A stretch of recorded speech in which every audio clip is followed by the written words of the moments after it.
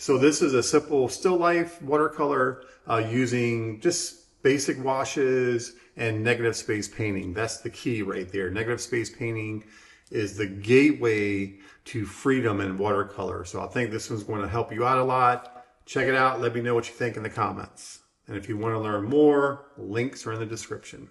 So that is 140-pound cold press paper, 11 by 15, but I'll only use about half of it. And here I'm just using a mop brush to pre-wet the paper. There is the inspiration image. I won't, again, paint that exactly as I see it. I'm just using the blue vase, yellow lemons, and such as inspiration.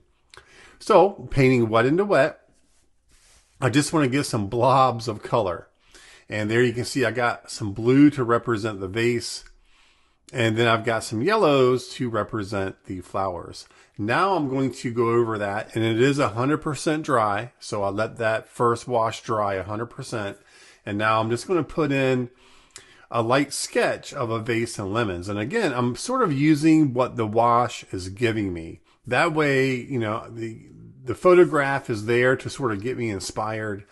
But once that wash goes down and watercolor starts to do its thing, I tend to go with what the wash is saying, and it gives me much more flexibility than to sort of be glued or sort of trapped into a situation where I have to paint that painting, photograph exactly as I see it. That's just not really my gig. So anyway, to each their own.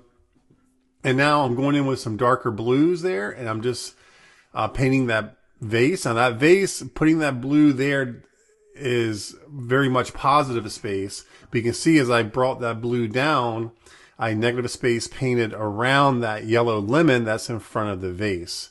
And now I'm dropping in some darker yellows, just some ochres and different hues to give me a darker value for the shadow side of those lemons.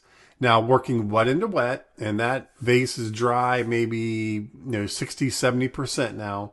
I'm going to start adding some darker value blues, and that's going to give it that illusion of 3 dimensions, or give it some shape. So once you start focusing on light and shadow, that's really is what's going to bring the painting to life.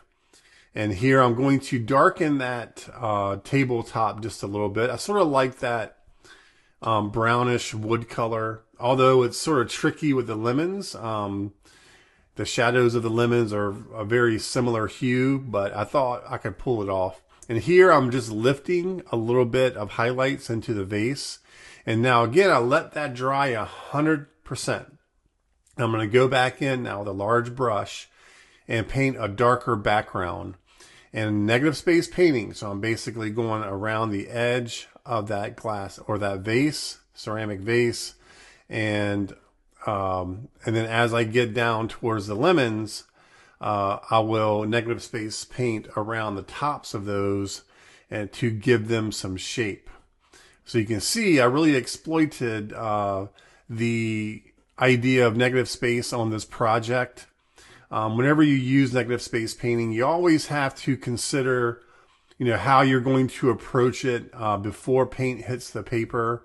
And then that way, once you start doing it, you have this sort of idea of how you're going to do it in this ABC way.